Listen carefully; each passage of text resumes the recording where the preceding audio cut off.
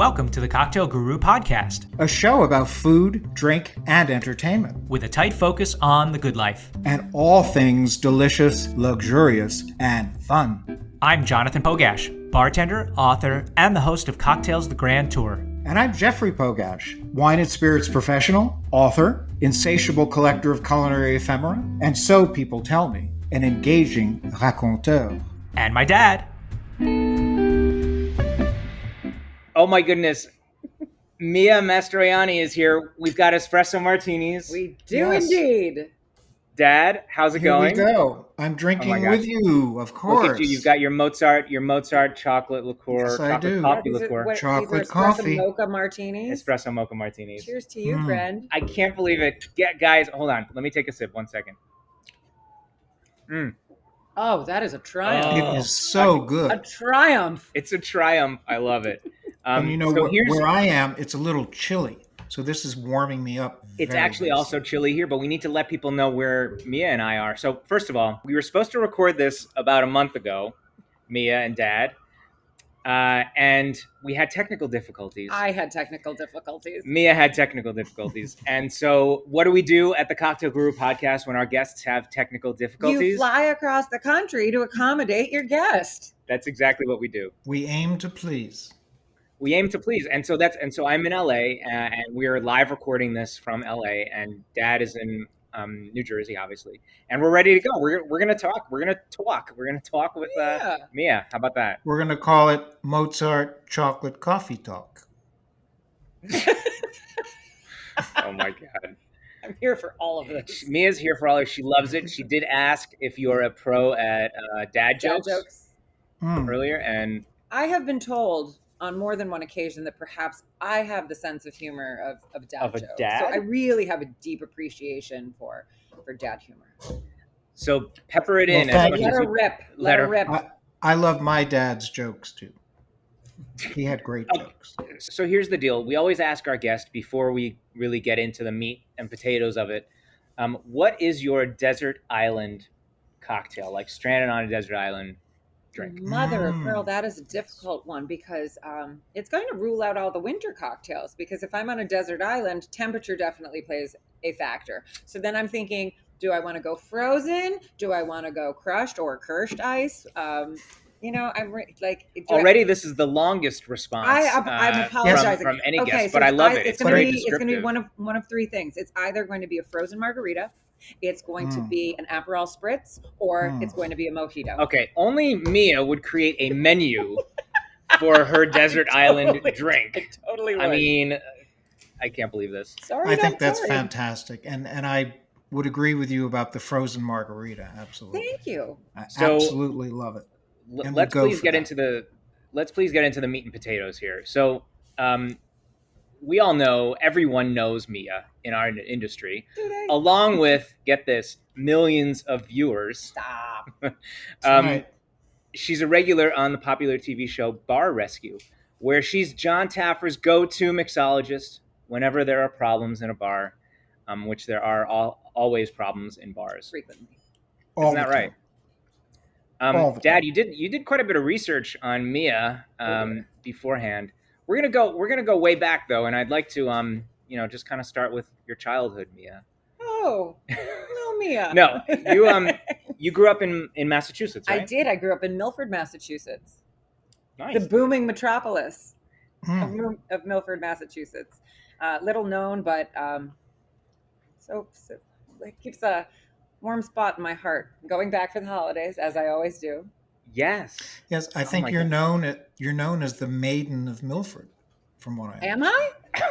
Yes. I've not heard that one before, but I'll take it. That's really funny. That's supposed to be a dad joke? Wah wah. Yeah. But you just hold on. You just got back from. I did. Where were you? This is not a spray tan. I did just get back from. I was working for a week in Saint Martin on the French side of the island. Saint Martin. Yes, and they just held their very first food festival, and it was beyond. I mean, when I say it's beyond. They brought in Michelin star chefs and brought in well-known chefs, and it was a 2-week-long event. 80 island restaurants participated, were judged by industry, Big wigs. big wigs, myself included, where you would go to a restaurant and they would have a signature dish Yeah. or something, and they had to incorporate tamarind as Oh, the secret. The secret the was that the secret ingredient. Secret I like tamarind. Yeah. Yes. I mean, that we got it in sauces and gels and cocktails and everything. And they incorporated the local high school. The vocational school has a culinary department, and all 6 finalists were young females, which was, I mean, the room went nuts. That's amazing. That sounds really great. The island was devastated by the hurricane in 2017, and honestly, the spirit of that island, the hospitality, the people, the culture, the music, the food, the cocktails, it was a life-changing experience. And they are rebuilding. They're at about 90% now, but it's you're still seeing the devastation, and it's heartbreaking, but there's so much spirit behind that island, and I'm going back. Can I go back? Can I go back too? I'm inviting everyone. Everyone. Do you hear that, everyone out there? No, seriously. Literally. We'll all go. Literally. We will join you gladly. Please do so. I have been to Saint Martin. I've been there, and it's beautiful, and I can't wait to go back. When did you go? I went about, must have been 6 or 7 years ago. Pre-hurricane? But yes, it was definitely pre-hurricane. Was it? Yeah. Did you visit rum agricole distilleries? No, we didn't. Unfortunately, didn't have the time to do that. But I drank a lot of rum agricole along the way. Yes, made cocktails. I was there a few years ago with Ben Jones. We all know Ben Jones. We all know and love. Good guy. And it was so much fun. And I kind of want to open a bar out there. Did you think about that while you were there? So it was really, really fun. Every single day we would have like a beautifully curated excursion. We would do multiple restaurants in a day. And all of a sudden, the lovely people of these restaurants that we would go to, the tourism group that I was traveling with, they're like, well, wouldn't it be fun if we just threw Mia behind a bar and see what she does? So then it became a thing. That everywhere we went, I did bar invasions. Throw Mia behind the bar. So much fun. I got to and it's always weird. You never know what products you're going to encounter. And I got to see really cool stuff and how they do things differently and what products they use. And it was just the best time. Man. And that leads me to another very important point, Mia, that you don't just play a bartender on television. Oh, no, I am. You are a bartender. I'm not just a doctor. I play one yes, on but TV. that's obvious. That's obvious when we watch Bar Rescue because you are so good, so adept. That's just part of my job. The 90% of my job is the bar industry, is the bar life, is educationally based, is traveling, learning, doing hospitality, working with brands.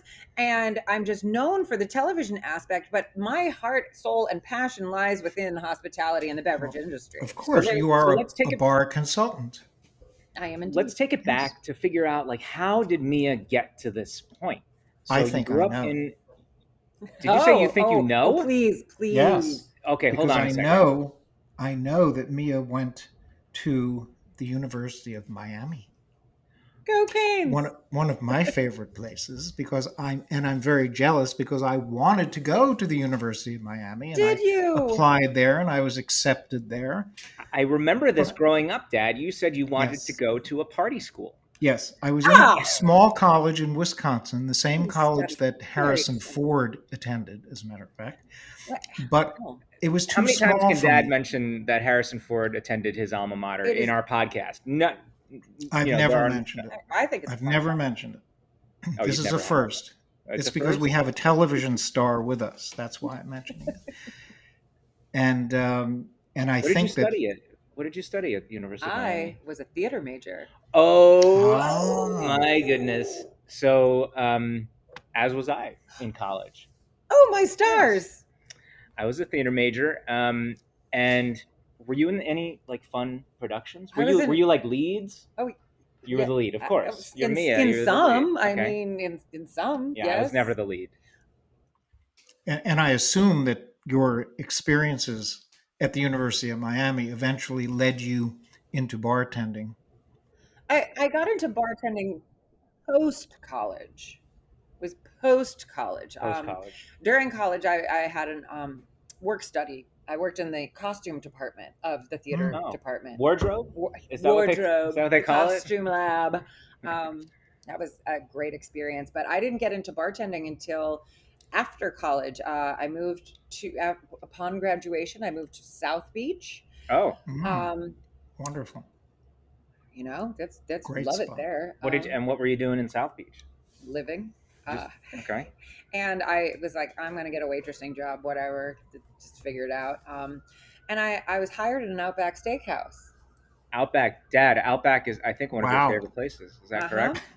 And long story short, I was a terrible waitress. That was in the time where they were really trying to encourage that thing where you sit down with your table and take their order and you become like family to make everyone feel comfortable. Like you go down on one knee. Yeah, I would be like, scooch over. I'm coming in. And I'd sit there and I'd take their order. And my section would always be full because people would come back, but I never ran food. I would put in the orders and come back and sit with my tables. And they're like, Mia, you're terrible.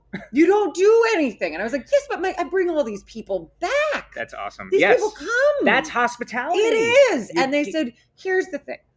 You're a terrible waitress, but we think that if we can keep you in a cage, they really, like, their bar was a U-shaped bar with a thing that you could not get out of. They said, we think that if we can train you as a bartender and keep your personality confined and you can multitask and learn how to make drinks and serve at the bar, we would still love to have you on staff, but we cannot continue to pay you to just sit there and talk to people. Sit next to them. So they provided a gilded cage for you and made you a bartender. They did. They did. You know, it reminds me of the days when I was head server at Johnny Rockets.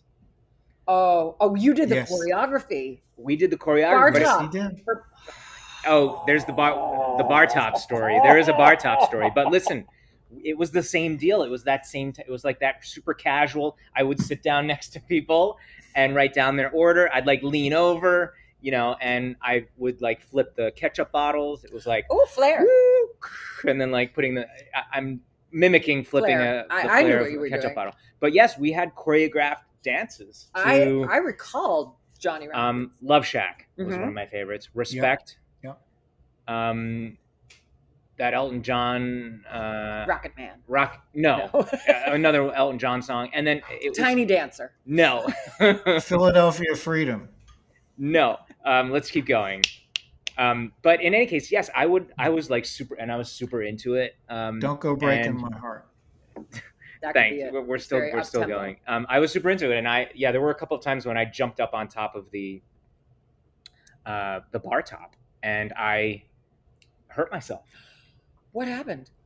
You remember that, Dad, right? Did you fall I off the do. bar? I do. Yeah. No, it was like the bar stools were these swivel stools. Oh. Remember those? Mm-hmm. So I went on top of the bar, danced, then went one leg on each swivel stool. No. Yeah, it was fine. That was fine. But it was respect. So we had this like choreographed. So I was one leg on each swivel stool facing away from everybody. And my big thing was I would jump and flip around. So I jumped and I flipped around and I landed wrong and I busted my knee. So it was kind of embarrassing. They had to help me. They had to help me off and bring me to the back and ice it down, and it was a thing. So yeah, that's my Johnny Rockets. And he's never been the same. It has affected my entire life. Your entire life career path. Yeah. Fortunately, he did survive, and he's in rare form. Thanks, Dad. So you moved on. Did you move to LA at some point to act? So it was a strange trajectory. I was in Miami for a while. I eventually left Outback and did like the nightclub thing, high volume. What does that mean? That just means vodka sodas, Red Bulls Red in Bulls. Miami? Oh yeah. Like bottle service? Yeah, that kind of stuff, like the nightclub stuff. Yeah, but that wasn't a thing. And then I moved to Los Angeles, and I was a nanny when I first moved out here. Okay. An au pair? Or is there a difference? Well, the au pairs are French. Every single au pair is French. Sure. No, I was not technically an au pair. I was a nanny. Yeah. And that was such fun. But then I realized I needed to, do something. And I had that skill set from Thank You Outback. So taking care of kids I was from in Outback. When I moved to Los Yes, Angeles, I got it. I worked with a family and I was in charge of 2 young girls. They were 9 and 11, Yeah. and 5 days a week I would pick them up after school, and they were mine through dinner and bedtime. Wow. I mean, I loved the family. Yeah, of course. You know. And then you went. But then to I restaurant. decided I needed something, more stable, and I started working at a bar on weekends, and Okay. I was their weekend warrior. I worked Thursday, Friday, Saturday nights, which was great. Oh, yeah. That's, Good those money. are the shifts you want, and they That's just really good gave money. them to me. Yeah. Because that's when they needed somebody. They had just lost somebody, so I trained. And then I have some British friends, and one of them was out here, and we were out together one night, and they said, you know what, if you're going to be bartending, they're going to be opening a Soho House here in West Hollywood, and they said, if you can get in there, that is where you want to be. And I'd never heard of it. Now Soho House is like a private. It is a private members only club that originated in the UK, and they have many houses over there. Yeah. But you do have to apply for membership and be accepted to get in. But it's all 100% hospitality driven. The word no is not in their vocabulary, and the service is impeccable. The food, the quality, the attention to detail and ingredients, the guest experience, that is all in the forefront. And it really is a wonderful community that I was so blessed to be a part of.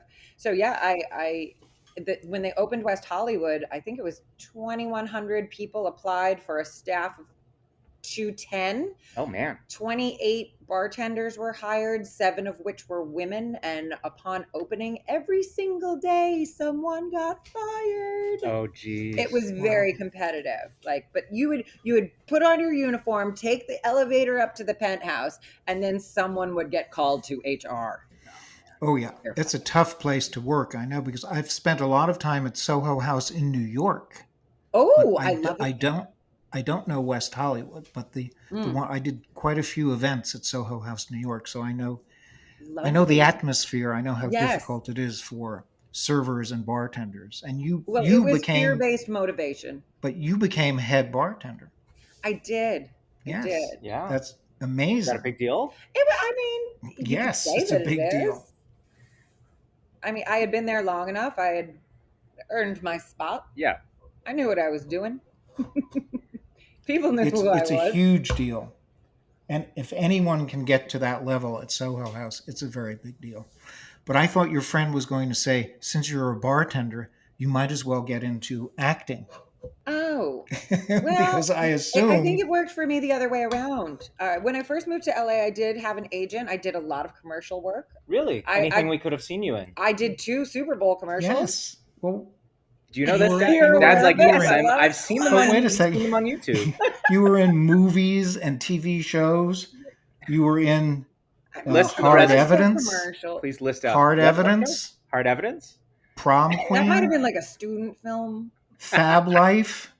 And please use this. That was once I was working at Soho House. I did.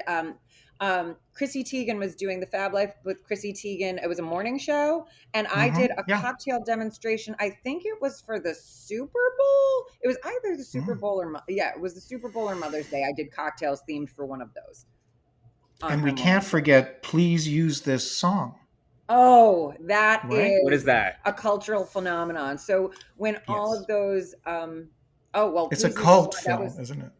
I thought you were talking about people say to bartenders. That was the cultural phenomenon. John LaJoie is a internet parody. In addition to being an actor, he does a lot of music, and he did a parody song, Please Use This Song, about all different typical type commercials. Oh. I was the hair dye girl. Okay, I see it. I see it. It's good. Oh, that's funny. What other things, Dad, are on the resume? Yeah, it's like, this is your life. Fire away. Well, I think I've just about exhausted the list here. But thank God. But it all culminates with Bar Rescue. I mean, it all comes together with Bar Rescue. So did you start Bar Rescue when you were still at Soho House? Yes, I did. I started in 2013. My first episode was in Las Vegas. Yeah. I do remember there's a somewhat funny story. I don't know if you guys will find this interesting, but they tried to book me for my first episode, and They called and said they wanted to book me, and I said, I can't. I'm not available this week. I'm working. It was events week, and I was working all the Oscars parties for Soho House, and I was like, my boss was like, you can't leave. Yeah, you have to be here. You're like, I know this is a great opportunity, but no, you have to be here. So I had to tell them no, and they were very upset about that. And I was like, no, I actually have I have to work. I have to work. So, but they ended up bringing me in on an episode in Las Vegas, and that was quite the experience. You never forget your first one, really. Yeah, right. That's right. Yeah. Oh man. And here we are, like it's 2021, and I'm still doing it. It's amazing. It's an amazing tenure, I have to say. What are there any sort of standout experiences? There's so many. There's so many, I'm sure. And I know, for those of you've probably seen episodes, and there's the unruly customers, there's the drunk bartenders, the lackadaisical owners.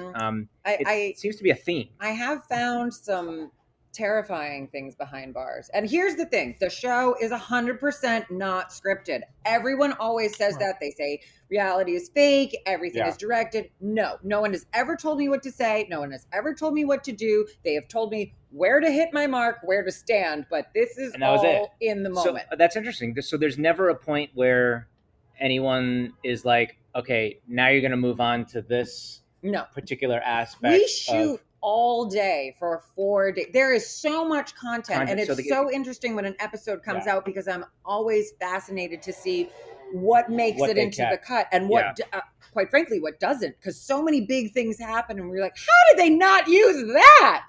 Right. But we're constantly shooting so much content. Everything is documented, and then they edit it brilliantly into a cohesive episode. And if you hear background noise, it's because we are literally in a working bar, Lost Property Bar in Hollywood. Hollywood and Vine. Super excited to be here. So, there may be some working bar stuff happening. Just bar noise. They're setting up for service. It's just noise. My question was, do you do an entire episode in one day?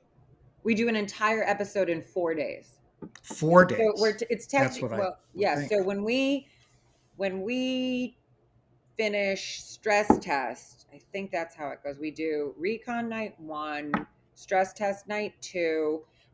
They hand over the keys to the art department. We now do training at an off-location bar. The art department actually has like 36 hours to completely renovate the bar. Yeah.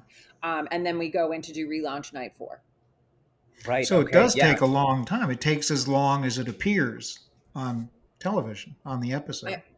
I mean, they do time lapse of the bar being just deconstructed. I mean, I've been there they've given me a sledgehammer before and said, want to knock out a wall with us? Just because it's fun. And sometimes I'm hanging around and I'm like, can I play too? Wow.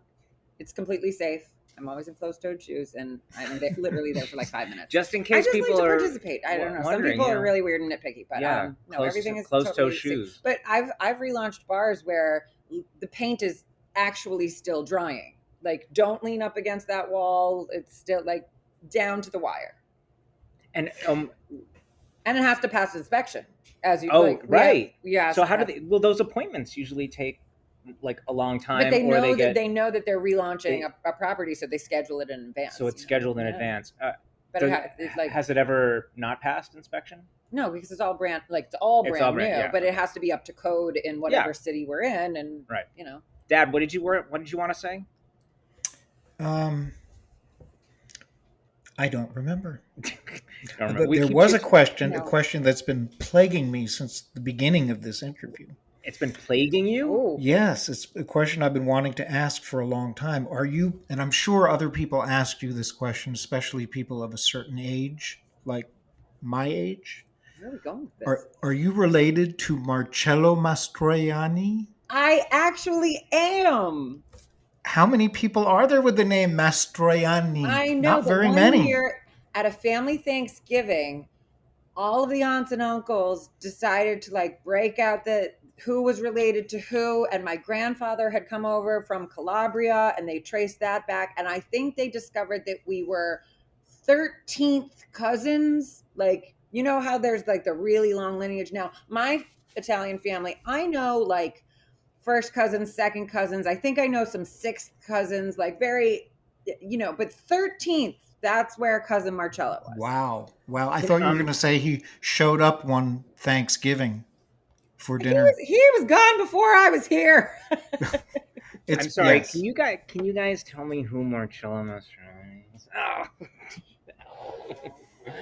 He was a rather famous Italian actor. Okay. And if you go while you're here, if you get the chance to go to the Hollywood Theater, his handprints and his signature are in the concrete. Oh, yes. Okay. It was one of the first places I went as a tourist. I had to go put my hands in his hands. Of course, he's on the Hollywood Walk of Fame. Of course he is. Of course. Yeah. That's some everybody knows lineage. Marcello Mastroianni. Fun facts. Yes. And thank you, Leah. There's always an interesting part in Bar Rescue where you're in a vehicle. Yes. And you're like, what is that? What is that called? We refer to that as Recon. Recon, right? And you're just when you've bugged the restaurant and you're listening to their conversations, and John Taffer walks in and sits down as a customer. We sit in the car with him prior to him going in. Right. Yeah. Right. And is this it's not anonymously bugged in there? They know that there are. They are aware that there are cameras. Yes. The thing is, the cameras are installed so much in we don't know what time we're gonna do Recon and walk into the bar, so they've been there, but they don't know when you're long enough. So in. when people install cameras, like everyone, if we put a camera over there now, other than the ones that we know that are here, camera there, we'd start acting kind of strangely or playing to camera. The thing is, they spend the whole afternoon setting up their bar and setting up for service, because it is a real-time service with actual patrons who are getting food and beverage and paying actual money. It's a real-time observation, live in the moment observation of service. So by the time you do the Recon, they're they don't remember. Well, by the time the cameras actually are turned on and start filming, they forget that they're there. Right. Yeah. So that's when the bad behavior starts, because that's how they normally behave. What's some of the baddest behavior you've seen? There have been highly intoxicated bartenders. There have just been wildly inappropriate and gratuitous behavior of a sexual nature that it just is very uncomfortable. There's been a lot of misogyny, a lot of hostile work environments, toxic work environments. People don't realize family run businesses have a lot of tension. It is really hard to be in business with parents, generations. Yeah. Yes. The family stuff is always hard hitting, and spouses, it can break up a marriage. We've really seen kind of everything, and it is really fascinating to have the opportunity to go into a bar, and it's the most difficult part of working on the show is to go into a bar and step behind it while people are in the middle of service and tell them that they're not doing a good job, and that their standards are very low, and they're bad at their job. It's a very difficult position to be in. And there are a lot of, I'm sure most of the bartenders that you've encountered are of the jaded sort. Some are. I would like to think that I tend to win them over once they understand that I have some credibility and can actually teach and train them. I forget which city it was, but there was one bar we went to, and one woman hated me.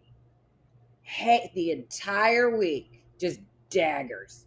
Hated me. My God. And it's like, what can you do? Like, I'm here to teach you and train you and critique you and make you better. Right. And she just did not want me there. You did not. So by the end, did you win her over? Or no, not at all. Nope. That was the one time. She stands out in my mind. And that was the one time that, like, even if they don't have to be my best friends. I just have to make them better at their job. And that's the thing. When I do the off-camera training, which is actually my favorite part, we do it in a ballroom. I teach them with water bottles because we don't have all. So off-camera training is not on. It is not the behind show. the bar. It's not it shown is not in the show. It is like that is where we do actual hours of bar basic 101. This is that's great. Teaching pour counts. This is a strainer. I didn't know that. This is a spoon. This is how we use it. This is why we use it. This is what it does.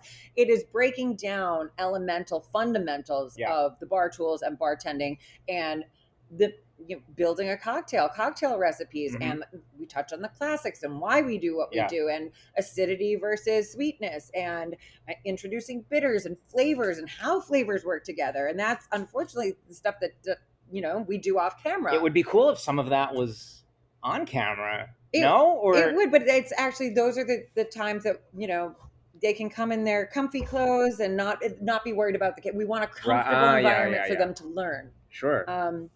And that's where they make mistakes and spill things on the floor, and it can get a little messy, but it's also really fun, and that's a great opportunity because I love doing bar trainings.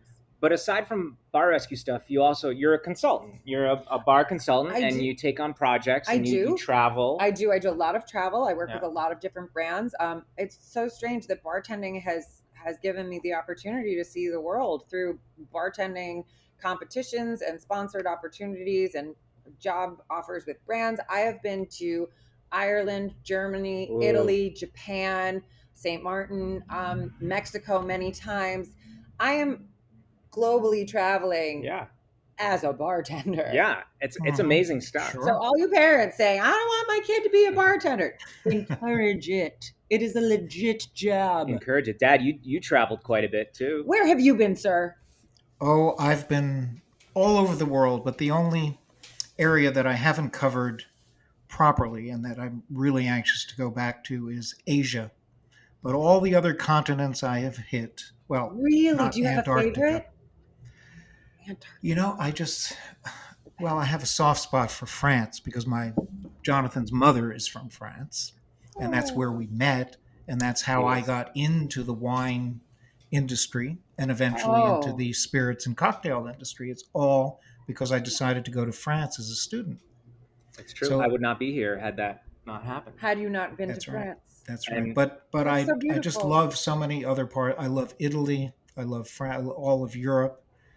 I love South America. Argentina and Chile are two of my favorite places. Let's go on a trip together. Yes, please. We should. Because bartender's tour. A bartender's tour. We'll take this podcast on the road. Let's take it. Yes, let's do it, man. Let's do it. You've already flown to Los Angeles to do this. It's true. It's true. We'll take it on the road. We'll have all of our guests be in different parts of the world. We have talked about that, Dad, actually. Yes, I'd love to go back to Oaxaca with Mia. Oh, yeah. That would be great. That's what I would love. We could do some great bartending, cocktail development in Oaxaca. We'll do some trip planning. Okay, let's do it. And this has been amazing being here live in Los Angeles, Hollywood and Vine, like the most important intersection of anything. Truly. And at Lost Property Bar, and thank you to them for having us. Dad, you are looking mighty fine, if I do say so myself. Thank you, John. You have quite a bit behind you. You always have quite a bit behind you, showcasing. I do. Showcasing our industry. Our industry. And speaking of our industry. And Mia with the roses just behind me. Yes. Thank you. This is for you, Mia. Mia, it is so great to see you. It's so fantastic to see you. And to be able to chat. And thank you so much for agreeing to be on our Thank podcast. you for bringing me on. I feel like I don't want it to be over. I know. It's like boom, boom, boom. I want to keep going too. I'm going to come and hang out with you over. You'll be in Massachusetts. When I'm in Massachusetts next, I'll come and we'll do this in person. Give us a call. Definitely have to get together. I want to see you, Mia, in Absolutely. person. Okay. This is very frustrating to see you over the internet. I know, and we're all used to that over the past 2 years. We are. Yes. It's time for a change. Yes. Time for a get-together. And thank you again. Thank you. Thank you. Good to see you. Thank you very much, Mia. It was wonderful having you as a guest. Thank you. Thanks, Mia. And Dad, thank you. And you are awesome too, Dad. Yeah, you are. Well, I feel the same about you, John, and Mia. Okay. Thank you both very much. Thanks. Thank you. All right. Cheers. Thanks, everyone. A bientôt. Cheers. Cheers. That does it for today's show. To learn more about future guests, visit thecocktailguru.com or follow us on Facebook, Twitter, or Instagram. The Cocktail Guru podcast is produced by First Reel Entertainment and distributed by EatsDrinksTV, a service of the Center for Culinary Culture, home of the Cocktail Collection, and is available via Anchor, Spotify, Apple, Google, and wherever fine podcasts can be heard.